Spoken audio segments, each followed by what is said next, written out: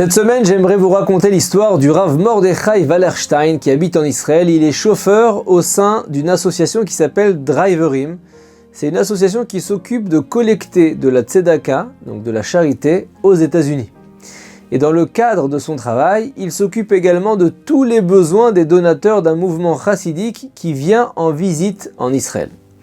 Et ce Shabbat matin, le donateur à côté de lui s'appelle Hersh Glick. Il habite à Williamsburg. Il est venu des États-Unis accompagné de sa femme et de son fils. Ils se rendent tous ensemble à une synagogue du quartier de Géoula à Jérusalem, connue sous le nom de Romaini Sheshul, où le kiddush là-bas est donné en l'honneur de la naissance d'une petite fille dans une famille de la communauté. À la sortie de la synagogue, le Rav Wallerstein va saluer son ami le Rav Salomon et lui demande « J'ai besoin de ton aide, le donateur qui est à côté de moi. » Aujourd'hui, il recherche une famille de 18 enfants. Est-ce que tu en connais une dans les environs? Le Rav Salomon est étonné par la demande. Il dit pourquoi 18 enfants? Cependant, il pose pas de questions et il se dit qu'une famille très nombreuse ne sera pas difficile à trouver dans ce quartier à la démographie très élevée. Il arrête un passant et lui dit « Est-ce que tu connais ici une famille avec 18 enfants ?» L'homme réfléchit un petit peu et il les dirige vers un immeuble où habite une famille de 12 enfants. Mais le Rav Glick des États-Unis secoue sa tête pour signifier son refus. Il lui dit « Non, seulement Chai Nefashot, 18 âmes. » Il faut savoir que les mots hébraïques ont un équivalent en chiffres. Le mot « vie », Chai en hébreu, est représenté par le chiffre 18. Le Rav Salomon s'adresse à un autre juif qui les dirige vers une famille de 16 enfants, mais ça convient toujours pas au Rav Glick. Le Rav Salomon trouve ça un peu étrange, surtout que le Rav Glick n'explique pas pourquoi il veut donner à une famille de 18 enfants. Tout ce qu'il fait, c'est insister et répéter qu'il a absolument besoin de trouver une famille composée de 18 enfants. Il croise sur leur route le Rav Rothman, qui revient de la même synagogue. C'est le grand-père dont on a célébré la petite naissance, la naissance de la petite fille. Le Rav Salomon lui pose alors la même question. Où est-ce qu'on peut trouver une famille de 18 enfants? Et en entendant la demande, son fils qui est à côté de lui se souvient que pas très loin dans le quartier de Meacharim, vit une famille avec 18 enfants, la famille Freiman. Le Rav Glick est très heureux d'avoir enfin trouvé. Les trois rabbanim se dirigent ensemble vers la maison de la famille. Et là-bas, il y a une affiche qui annonce un deuil. Et le Rav Glick ne cesse de répéter ces mots. Chai Nefashot, 18 âmes. Cette fois-ci, Rav Salomon ne peut plus se retenir. Il lui dit, Rav Hershel, qu'allez-vous donner à une telle famille? Le Rav lui répond, $1000 par tête. Et quand Rav Salomon entend cette promesse, il se sent obligé donc de faire un effort pour aider une telle famille à recevoir une belle somme. Et malgré son âge, il monte avec le Rav Glick étage par étage.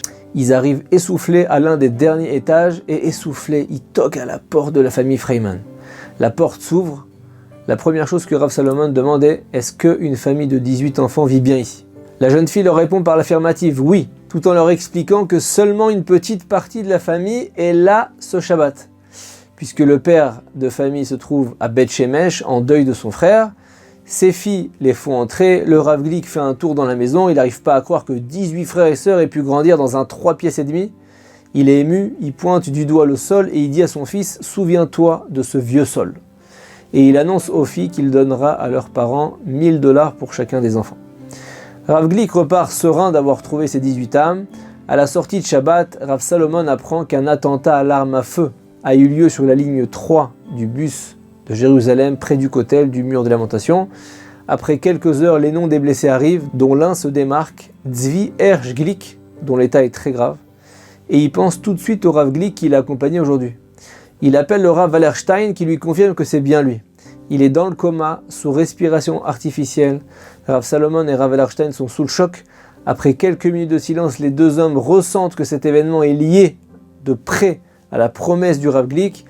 Ils sont prêts à retourner le monde pour accomplir cet acte de bonté à sa place pour le bien du Rav Glick qui se bat encore pour sa vie dans l'unité de soins intensifs de l'hôpital Shaarei Tzedek de Jérusalem et qui a besoin de chaque mérite pour survivre. Rav Salomon appelle les membres de la famille élargie du Rav Glick et leur dit « Écoutez, vous allez écouter une histoire qui va vous donner les frissons. » Et il leur raconte ce que leur proche Rabbi Hersh a promis quelques heures avant qu'il soit grièvement blessé et ce qu'il cherchait. Il a dit « Je veux 18 chai ». Tout s'implique pour réussir à réunir les $18 000 qu'il avait promis à la famille. Rav Salomon obtient le numéro de la famille Freiman dimanche soir et les appelle aussitôt. Quand la maman entend les détails de l'histoire, elle s'effondre en larmes. Elle est bouleversée jusqu'au plus profond de son âme. Elle prend son nom et elle promet de prier pour lui. C'est ce que fait rapidement toute la famille qui se réunit pour prier et réciter des Teilim, les psaumes du roi David. Et lundi, à 18h50, le Rav Salomon a réussi l'exploit, pour lui en tout cas, de collecter la somme de $18 000 conformément aux vœux auxquels le Rav Glick tenait tellement. Il contacte aussitôt le père de la famille Friedman pour lui demander ses coordonnées bancaires pour le transfert de la somme promise par le Rav Glick. Et 8 minutes plus tard, il reçoit un appel du Rav Wallerstein qui s'exprime difficilement, mais qui parvient à articuler 3 mots. Il s'est réveillé. Et c'est incroyable, le Rav Salomon en a le souffle coupé. La famille Friedman doit organiser le mariage de leur 15e enfant. Et comme chacun le sait, à la veille du mariage de ses enfants, toute aide financière est largement bienvenue. Mais une telle aide, personne n'aurait pu s'y attendre. Une aide qui a sauvé la vie de son bienfaiteur, l'homme qui a choisi de réaliser une promesse déroutante dans une rue de Jérusalem, en plein Shabbat. Le Rav Hirsch a cherché Chai, il a reçu Chaim, la vie. Cet événement miraculeux illustre la phrase de nos sages. La tzedaka sauve de la mort. Tzedaka tatzil mimavet. Et ça, dans son sens le plus simple et le plus pur, on a pu le constater dans cette histoire. Shabbat Shalom.